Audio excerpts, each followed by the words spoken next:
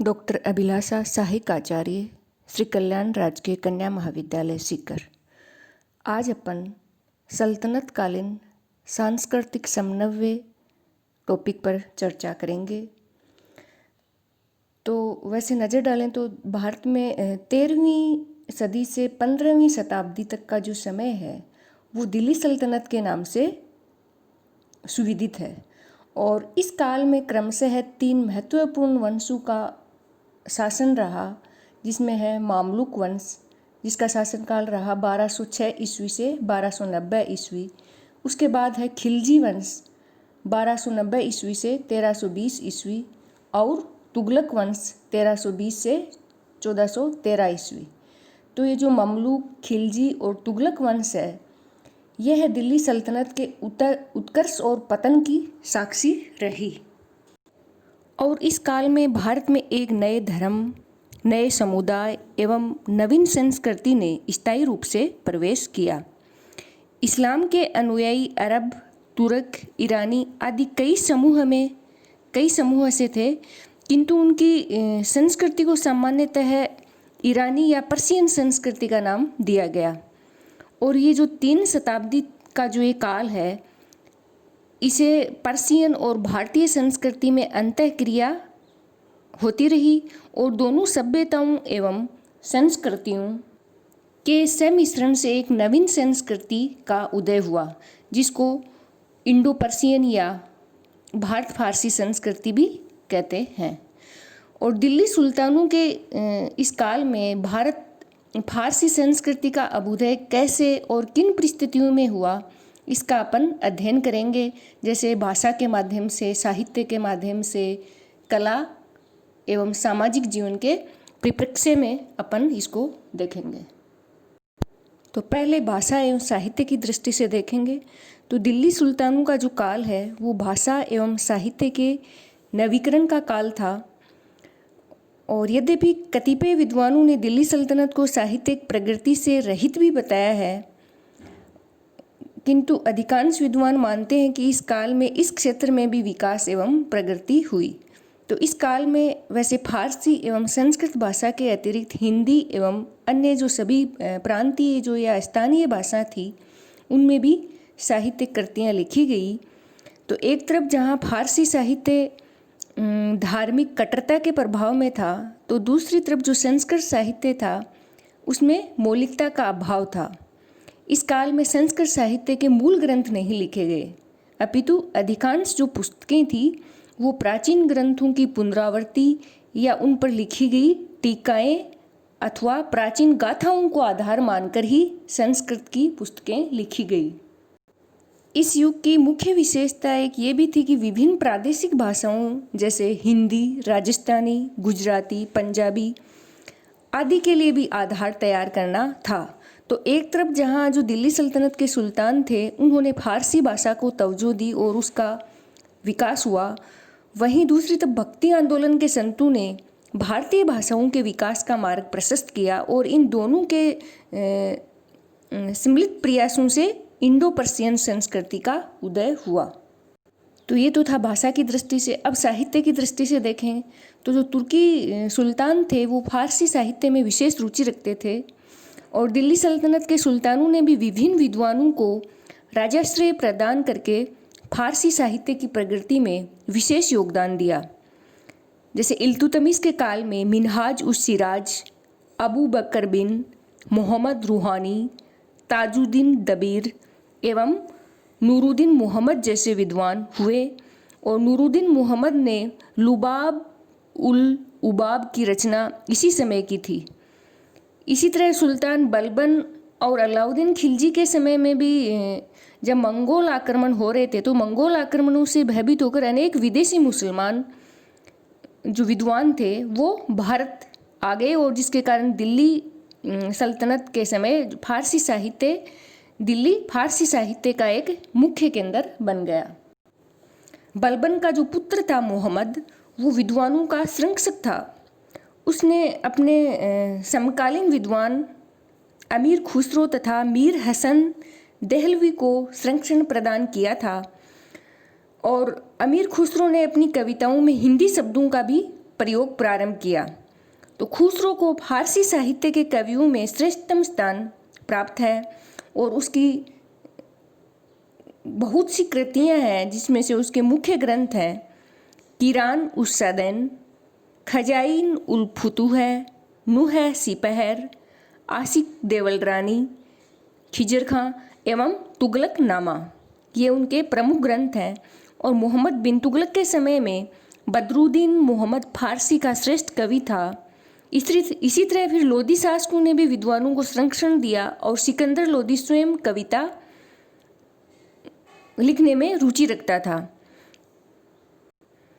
फिर सल्तनतकालीन जो इतिहासकार हैं उनकी बात करें तो अल बरूनी, ताज उल मासिर का लेखक हसन निजामी, तबकाते नासिरी का लेखक मिनहाजुद्दीन सिराज, तारीख़ फिरोज शाही एवं फतवा ए जहादारी का लेखक जियाउद्दीन बर्नी, तारीख़ फिरोज शाही का लेखक शम्स ए सिराज अफीफ, तारीख़ मुबारक शाही का लेखक अहिया बिन अहमद सरहिंदी और फतुह उस सलादीन का लेखक इसामी सल्तनत काल के मुख्य इतिहासकार माने गए हैं। इस समय यानी दिल्ली सल्तनत के समय कुछ संस्कृत ग्रंथ भी थे जिनका फारसी भाषा में अनुवाद किया गया। तो संस्कृत साहित्य को क्षेत्रीय हिंदू शासकों जैसे विशेषकर विजयनगर, वारंगल और गुजरात के शासकों का संरक्षण प्राप्त हुआ। और रचनाओं के दृष्टिकोण से संस्कृत ग्रंथों में मौलिकता का अभाव रहा, जैसा इसका अपन पहले भी जिक्र कर चुके हैं। यानी जो प्राचीन संस्कृत ग्रंथ थे उनकी ही वो पुनरावृत्ति थी। और कुछ शासकों जैसे हमीर देव, कुंभकर्ण, प्रताप रुद्रदेव, विरूपाक्ष, कृष्णदेव राय आदि ने संस्कृत साहित्य का व्यापक शोषण भी किया। इसके बावजूद भी हिंदुओं का प्रसिद्ध कानूनी ग्रंथ मिताक्षरी की रचना विज्ञानेश्वर ने की और ज्योतिष के महान विद्वान भास्कराचार्य ने भी इसी समय हुए। और हिंदी और प्रादेशिक भाषाओं के साहित्य का निर्माण का आधार भी इस दिल्ली सल्तनत के काल में बना। और सल्तनत काल में पश्चिमी उत्तर प्रदेश में खड़ी बोली और ब्रिज भाषा तथा हिंदी को समृद्ध किया गया। और हिंदी साहित्य के क्षेत्र में वैसे ये युग देखा जाए तो साहित्य के इतिहास का आदिकाल भी था। आदिकाल यानी प्रारंभिक विकास का काल। और इस युग में अनेक रासो ग्रंथ रचे गए। जैसे उदाहरण के लिए अपन देखें तो कवि चंदवरदाई का पृथ्वीराज रासो, जयानक का आलाखंड, सारंगधर का हमीर काव्य आदि हिंदी भाषा में लिखे गए महान ग्रंथ हैं। और रासो साहित्य के साथ साथ भक्ति साहित्य एवं प्रेम साहित्य की रचना भी इस समय हुई। कुतुबन, मंजन, जायसी के नाम इस दृष्टि से विशेष उल्लेखनीय है। और अमीर खुसरो जिनका मूल नाम था मोहम्मद हसन, वो एक ऐसे विद्वान हुए जिन्होंने हिंदी और उर्दू का प्रतिनिधि कवि माना गया। तो भाषा तथा साहित्य के क्षेत्र में जो भारतीय संस्कृति थी वो एवं आंगतुक संस्कृति यानी जो विदेशी संस्कृति थी उनके समन्वय का प्रतिफल उर्दू भाषा के रूप में प्राप्त हुआ। तो दिल्ली हरियाणा क्षेत्र की स्थानीय बोली तथा फारसी के मेल ने इस भाषा को जन्म दिया, जिसके साहित्यिक विकास का काल अपन मुगल काल में देखने को मिलेगा। तो अपन ने जो ये भाषा एवं साहित्य की दृष्टि से जो चर्चा की है उससे यही निष्कर्ष निकलता है कि जो सल्तनत काल था वो साहित्यिक प्रगति की दृष्टि से अभावग्रस्त नहीं था, बल्कि ये दो प्रकार से महत्वपूर्ण था। पहला तो ये कि मुसलमानों के आगमन से ऐतिहासिक ग्रंथों की रचना प्रारंभ हुई, जिसकी ओर हिंदुओं ने कोई ध्यान नहीं दिया था। और दूसरा ये था कि विभिन्न प्रादेशिक भाषाओं के आधार का निर्माण हुआ। और समग्रतः भाषा एवं साहित्य के दृष्टिकोण से सल्तनत काल फारसी एवं भारतीय भाषाओं के समन्वय का युग था, जिसके परिणाम स्वरूप इंडो पर्शियन संस्कृति का अभ्युदय हुआ। फिर ललित कलाओं की दृष्टि से देखें तो सल्तनत काल दो संस्कृतियों का अद्भुत समन्वय का इतिहास है। तो विकास की दृष्टि से विविध ललित कलाओं में स्थापत्य कला या अपन समझें कि भवन निर्माण कला का सर्वाधिक विकास सल्तनत काल में ही हुआ। जैसे कि एल.पी. शर्मा ने सल्तनतकालीन जो स्थापत्य कला है उसको 3 भागों क्रमशः दिल्ली अथवा शाही स्थापत्य कला, प्रांतीय स्थापत्य कला एवं हिंदू स्थापत्य कला यानी 3 भागों में बांटा है। पहला है दिल्ली अथवा शाही स्थापत्य कला, दूसरी है प्रांतीय स्थापत्य कला और थर्ड है हिंदू स्थापत्य कला। परंतु कला का जो ये वर्गीकरण किया है एल.पी. शर्मा ने, ये मात्र सुविधा की दृष्टि से ही सही है। वैसे देखा जाए तो इस काल में स्थापत्य कला को भारतीय इस्लामी स्थापत्य कला के नाम से अभिहित किया जा सकता है। तो पहला जो वर्गीकरण था शाही या दिल्ली स्थापत्य कला, इसमें वे सभी निर्माण शामिल किए जाएंगे जिनका निर्माण दिल्ली सुल्तानों ने विविध स्थानों पर करवाया। तो कुछ प्रमुख निर्माणों में कुतुबुद्दीन ऐबक द्वारा निर्मित कुव्वत उल इस्लाम मस्जिद, 2.5 दिन का झोंपड़ा जो अजमेर में है, ये विशेष रूप से उल्लेखनीय है। और कुतुबुद्दीन ऐबक ने ही कुतुब मीनार का निर्माण कार्य प्रारंभ करवाया, जिसे बाद में इल्तुतमिश ने पूर्ण कराया। और इसी काल में बलबन ने अपना स्वयं का मकबरा लाल महल बनवाया, जो आज ध्वस्त होने के बावजूद भी इस्लामी कला का एक श्रेष्ठतम नमूना है। फिर अलाउद्दीन खिलजी ने सीरी का नगर बसाया और अलाई दरवाज़ा बनवाया, जो कुतुब मीनार के समीप ही है। इतिहासकार मार्शल के अनुसार जो अलाई दरवाज़ा है वो इस्लामी स्थापत्य कला के खजाने का सबसे सुंदर हीरा है। इसके अलावा अलाउद्दीन खिलजी ने ही हौज ए अलाई व हौज ए खास नामक तालाब भी बनवाया। फिर तुगलक शासनकाल पे नज़र डालें तो तुगलक वंश के शासकों ने भी बहुसंख्यक निर्माण कार्य करवाए। जैसे गयासुद्दीन तुगलक ने तुगलकाबाद नामक नगर, अपना स्वयं का मकबरा और एक राजमहल भी बनवाया। फिर मोहम्मद बिन तुगलक ने जहांपनाह नामक नगर बनवाया। फिरोज तुगलक ने भी अनेक नगर बसवाए। तो जो उपयुक्त निर्माण कार्य जब मैंने जो उदाहरण स्वरूप आपको बताए हैं, ये दिल्ली सल्तनत के जो सुल्तान थे उनके द्वारा करवाए गए। तो इससे ये स्पष्ट होता है कि जो दिल्ली सल्तनत के सुल्तान थे उन्होंने स्थापत्य कला पर विशेष रूप से ध्यान दिया था। और यद्यपि अधिकांशतः उनके जो निर्माण कार्य करवाए गए वो वर्तमान में नष्ट भी हो चुके हैं, परंतु जो बचे हुए हैं वे कला के अद्भुत नमूने हैं। फिर है प्रांतीय शासकों द्वारा स्थापत्य कला का निर्माण। तो दिल्ली सल्तनत के जो सुल्तान थे उनके अतिरिक्त प्रांतीय शासकों ने भी असंख्य निर्माण कार्य करवाए। यद्यपि प्रांतीय मुसलमान शासकों ने जो निर्माण कार्य कराया उस पर दिल्ली सुल्तानों की स्पष्ट छाप थी, बावजूद इसके कि उनकी कतिपय जो विशेषताएं थी वो उनसे अलग थी। तो प्रांतीय शासकों ने मुख्यतः बंगाल, जौनपुर, मालवा, गुजरात, कश्मीर व बहमनी राज्यों में निर्माण कार्य हुए। तो बंगाल में जैसे सिकंदर शाह की अदीना मस्जिद, पांडुआ की मस्जिद, लोटन मस्जिद, सोन मस्जिद, रसूल का मकबरा आदि प्रांतीय स्थापत्य कला के उत्कृष्ट नमूने हैं। इसी तरह है प्रांतीय स्थापत्य कला के विकास में जौनपुर के सरकी शासकों ने भी काफ़ी योगदान दिया।